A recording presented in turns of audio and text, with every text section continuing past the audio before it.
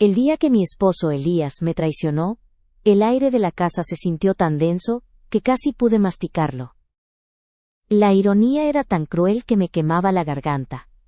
El hombre que nunca había pronunciado una sola palabra, el que se comunicaba conmigo a través de una coreografía silenciosa de miradas y caricias, el que yo amaba precisamente por la quietud que traía a mi vida, me estaba apuñalando por la espalda de una forma tan ruidosa que el eco me llegaba incluso a los sueños. O al menos, eso creía yo. Nuestra historia de amor era una anomalía.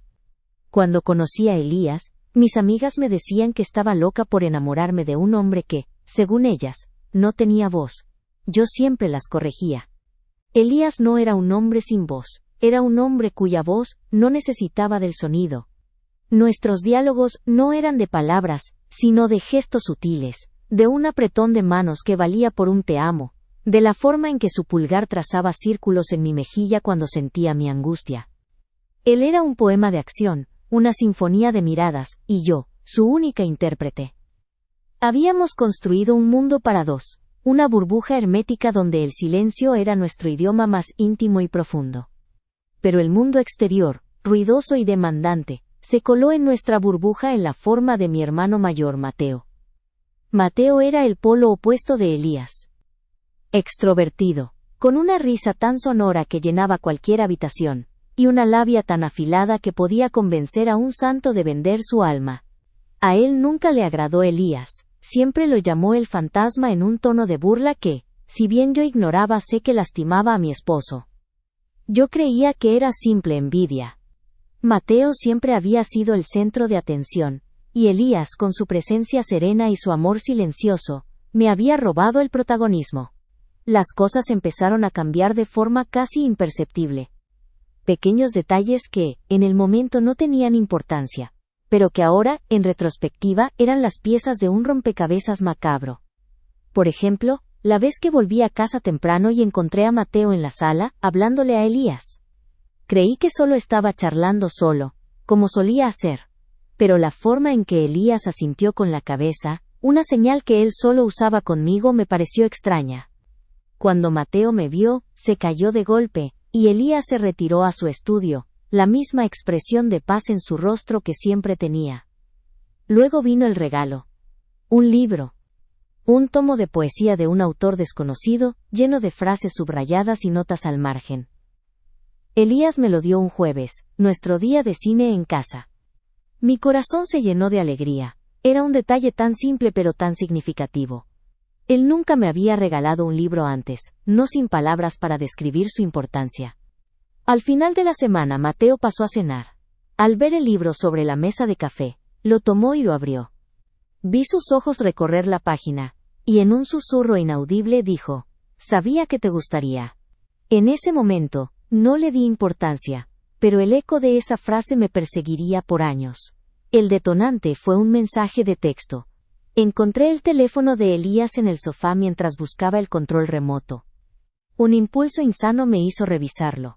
Algo que nunca había hecho, porque mi confianza en él era tan ciega como el amor que sentía. El último mensaje era de un número desconocido. Solo decía, «¿Se lo diste, verdad? Te dije que le encantaría». No entendí la referencia, pero el número me pareció familiar. Lo busqué en mi lista de contactos. Era el de Mateo. Mi respiración se detuvo. Mi mente se inundó de preguntas. ¿Por qué se estaban escribiendo mensajes? ¿Y por qué un número desconocido? Y lo más importante, ¿qué era ese secreto? Mi corazón se partió en dos, y la burbuja de silencio que había construido con mi esposo estalló en un estruendo de dolor. Sabía que mi esposo y mi hermano tenían un secreto, uno que no me incluía a mí, y estaba segura de que era una traición. El silencio de Elías dejó de ser un consuelo para convertirse en un tormento. El mensaje de Mateo no solo había roto la paz de mi hogar, sino que había contaminado mi percepción de todo. De repente, el mundo que Elías y yo habíamos construido, un lugar de amor callado y entendimiento mutuo, se transformó en un teatro de sombras donde cada gesto y cada mirada tenían un doble significado. Aquel mismo silencio que me había enamorado, se había convertido en un cómplice, el perfecto escondite para una traición. La ausencia de palabras me impedía confrontar, me ahogaba en un mar de incertidumbre. ¿Cómo le preguntas a un mudo si te ha traicionado? Intenté desesperadamente encontrar pruebas, buscando en cada rincón de la casa alguna pista que desmintiera mi terrible sospecha. Revisé sus cajones, sus libros, incluso las notas que dejaba para mí en la nevera, pero no encontré nada. La única evidencia tangible era el mensaje de Mateo, un enigma que me consumía día y noche. La paranoia se aferró a mí como una sombra, susurrándome que cada uno de sus movimientos era parte de un plan maestro. Cuando él se retiraba a su estudio, ya no lo veía como un hombre en busca de paz, sino como un traidor que se escondía. Cuando me daba un abrazo, ya no lo sentía como un consuelo, sino como una farsa. Mi hermano, por su parte, parecía tan ajeno a mi dolor como siempre. Cuando le preguntaba por Elías, se reía y me decía que Elías es un libro abierto. Una frase que, en mi estado, me parecía una burla cruel. Intenté indagar de forma más directa. Le pregunté sobre los mensajes con números desconocidos, y él, con la misma labia que lo caracterizaba, me contó una historia inverosímil sobre un amigo que siempre usaba un teléfono temporal. Me reí, fingiendo que le creía, mientras por dentro, mi corazón se encogía de dolor. Era un maestro de la mentira, y el hecho de que él y mi esposo, el hombre que yo creía incapaz de mentir, estuvieran juntos en esto, era una herida que no podía sanar. Una noche, en medio de la cena, la tensión se volvió insoportable. Mateo estaba contándonos una historia hilarante sobre un compañero de trabajo, con sus risas y gesticulaciones exageradas, mientras yo lo miraba fijamente, buscando en sus ojos una señal de culpa. Luego, mis ojos se posaron en Elías. Él no se reía, pero su rostro reflejaba una sonrisa sutil, una que solo yo conocía. Y de pronto, la vi. La misma sonrisa que le había visto hacía una semana, cuando me había entregado el libro de poesía. El mismo gesto de aprobación, de amor silencioso. Mi corazón se detuvo. Los dos compartían un idioma, un código secreto de sonrisas y gestos, uno que yo creía que solo me pertenecía a mí. Y el peor de los miedos me invadió, un miedo mucho más grande que el de una traición. ¿Y si Elías no era el que yo creía que era? ¿Y si mi hermano, el extrovertido y el ruidoso, era el único que de verdad lo conocía? Me levanté de la mesa, la voz de mi hermano se desvaneció en el fondo. Disculpen, murmuré con la voz ahogada. Me dirigí al baño, donde me senté en el piso frío, tratando de contener las lágrimas. La imagen del libro de poesía, del mensaje de texto y de las sonrisas compartidas, se repetía una y otra vez en mi mente, como un video de terror. Mi burbuja, mi mundo de dos, no era más que una ilusión. Un secreto me había separado de mi esposo. Un secreto que, por su propia naturaleza, no tenía palabras para ser explicado. En mi desesperación, me di cuenta de que mi dolor no era solo por la supuesta traición, sino por la aterradora revelación de que Elías no era un hombre cuyo mundo no necesitaba el sonido. Era un hombre que, simplemente, no hablaba conmigo. Mi mente, ya al límite, tomó la decisión por mí. No podía seguir viviendo con la asfixiante incertidumbre. Necesitaba la verdad, sin importar cuán dolorosa fuera. La noche de la cena, después de que me calmé en el baño, volví a la sala con una resolución fría. La risa de Mateo y la sonrisa de Elías me golpearon con la fuerza de una ola. Me senté, respiré hondo y, con el corazón latiendo con fuerza en mi garganta, lancé la pregunta que me había atormentado durante semanas. ¿Qué secreto esconden? Mi voz, aunque baja, resonó en el silencio que siguió a mis palabras. Mateo se quedó petrificado, la risa se congeló en su rostro. Elías se levantó, su expresión, tan ilegible como siempre, no me ofreció consuelo. Se acercó a mí, sus ojos interrogantes, su mano extendida. Aparté mi mano de la suya, una acción que hizo que su brazo cayera sin vida a su costado. No me toques, grité, con las lágrimas empañando mi visión. No me toques, cuando me traicionas con mi propio hermano. La acusación, tan brutal y directa, hizo que la sangre de Mateo se drenara de su rostro. ¿De qué estás hablando?, preguntó, su voz un murmullo incrédulo.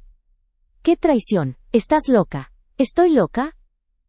Mi voz subió de volumen, mi dolor y mi rabia ya no podían ser contenidos. Tus mensajes, tus risas, tus secretos, el libro, las miradas que comparten, todo. Me has apuñalado por la espalda, Mateo. Y tú, Elías, me hiciste creer que éramos un mundo aparte, un mundo de silencio y amor, cuando en realidad tenías una vida secreta con él. Una vida que no necesitaba mi presencia. ¿Te reías de mí? ¿Los dos se reían de mi ceguera? Las palabras, liberadas por fin, me quemaron como un ácido. Mateo intentó decir algo, pero yo no le di la oportunidad. No mientas más, lo sé todo. El mensaje de texto que te envió, el del secreto, todo. Fue entonces cuando la atmósfera cambió. La risa de Mateo se había desvanecido. Su rostro se había endurecido. Se dio vuelta, miró a Elías y susurró algo que no pude oír. Luego se giró hacia mí, con una expresión de culpa y de desesperación. Hermana, tienes que calmarte, es un gran malentendido. En ese momento, vi un cambio en Elías. La tranquilidad que siempre lo caracterizaba se desvaneció. Sus hombros se encogieron, sus manos temblaron. Dio un paso hacia mí, y yo retrocedí. Estaba a punto de gritarle que no se acercara, que no podía soportar ver su traición en su rostro, cuando sucedió lo inimaginable. Una palabra, una simple sílaba, un sonido que nunca antes había escuchado salir de él, rompió el silencio del salón. No, fue un sonido gutural, como el de un hombre que había perdido la voz hacía mucho tiempo, y que la estaba recuperando a la fuerza. Me quedé helada. Mis ojos, que todavía estaban llenos de lágrimas, se abrieron de par en par. Elías me estaba mirando, sus ojos implorantes, sus labios temblorosos. Me tomó de la mano, y su agarre era tan firme que me dolió. Y luego, habló. No, mi amor, dijo. Su voz era un susurro áspero y ronco, como si el sonido fuera un extraño en su garganta. No es un secreto, es un regalo para ti. Mi cerebro se negó a procesar lo que acababa de escuchar. El hombre que, según yo, no podía hablar, que no tenía voz, me estaba hablando. Y la primera palabra que pronunció fue una negación a mi dolor. Mi voz, susurró, y una lágrima silenciosa rodó por su mejilla. Mi voz está regresando. Estaba recuperándome, y Mateo me estaba ayudando. Mis piernas flaquearon. Me soltó, y yo caí de rodillas con las manos temblorosas cubriéndome la boca. El libro, dije con voz temblorosa. La revelación era como una descarga eléctrica. ¿El libro? Sí, el libro, dijo Elías, su voz volviéndose más fuerte y clara. Era poesía para que practicara. Y Mateo me ayudó a buscar los mejores poemas. Él era mi terapeuta de voz, mi secreto. Quería darte la sorpresa, el día que volviera a hablarte. Te extrañaba, mi amor. Extrañaba decir tu nombre. El llanto, que había reprimido por semanas, finalmente se desató. No era de dolor, sino de un alivio tan profundo que me dolía. La burbuja de silencio no había sido una ilusión. Había sido un santuario, uno donde Elías y mi hermano, los dos hombres que más amaba, habían estado trabajando en secreto para darme un regalo. El regalo de su voz, un regalo que al final, me salvó del infierno que yo misma había creado. El silencio, que una vez fue el idioma de nuestro amor, se había roto para siempre. Aquella noche, entre lágrimas y susurros, Elías me contó todo. Y Mateo, con la voz entrecortada por la culpa, lo confirmó. Hacía 2 años, Elías había sufrido un accidente que, sin que yo lo supiera, había dañado sus cuerdas vocales, dejándolo sin la capacidad de hablar. Pero la medicina moderna había hecho un milagro, y con el tiempo, la rehabilitación le había dado la esperanza de recuperar su voz. La voz que yo creía perdida para siempre. Mateo había sido el único en enterarse del diagnóstico. Elías, un hombre orgulloso, no quería que yo supiera la verdad. Quería que mi amor por él fuera un amor de alma a alma, no un amor de lástima. Juntos mi esposo y mi hermano habían estado trabajando en un plan, un secreto que, irónicamente, se había convertido en la fuente de mi dolor. Mateo, con su labia y su extrovertida naturaleza, había actuado como un entrenador, un terapeuta, ayudando a Elías a practicar, a encontrar de nuevo el sonido de sus palabras.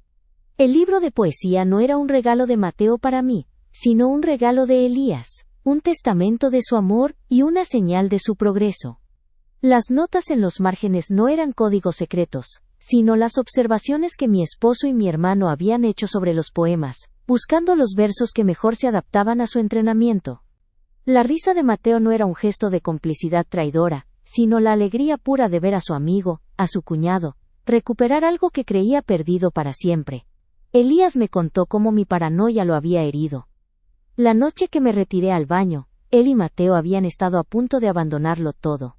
Mi rechazo había sido un golpe tan duro, que casi lo había llevado a renunciar a su única oportunidad de hablar conmigo, de decirme cuánto me amaba con su propia voz. Casi me arrepiento de haberlo intentado, me dijo, con su voz todavía ronca, pero llena de una emoción que nunca antes había escuchado. Pero no pude. Tenía que hacerlo por ti, mi amor, tenía que decírtelo. Esa noche, la cama se sintió más grande, el silencio más pesado que nunca. No era el silencio de la soledad, sino el silencio de la vergüenza, de la culpa. Había dudado de los dos hombres que más me amaban, y en el proceso, había creado mi propia tragedia. Me quedé dormida en sus brazos, el sonido de su respiración un consuelo. Pero por la mañana cuando abrí los ojos escuché el sonido que cambiaría mi vida para siempre. Buenos días, mi amor, susurró Elías, su voz, aunque un poco áspera, era la música más hermosa que había escuchado. No me levanté. Me quedé en la cama, mirándolo a los ojos, con lágrimas silenciosas rodando por mis mejillas. Buenos días, mi vida, le respondí, mi voz, al igual que la de él, llena de una emoción que no podía contener. Bienvenido a casa. La traición al final no fue de ellos sino de mi propia mente, que en la ausencia de palabras, había creado su propia historia, una historia de dolor y de traición. Pero ahora, con el sonido de su voz, con las palabras que se me negaron por tanto tiempo, el silencio se había roto. Y aunque el camino de Elías para recuperar su voz sería largo, ya no sería un camino de soledad. Seríamos un equipo de nuevo, un mundo de dos, un mundo donde el amor no era solo una mirada, un gesto, un apretón de manos, sino también una voz. Su voz. ¿Qué hubieras hecho tú en esta situación? ¿Crees que hubieras actuado de la misma manera, consumida por la paranoia, o hubieras buscado la verdad de otra forma?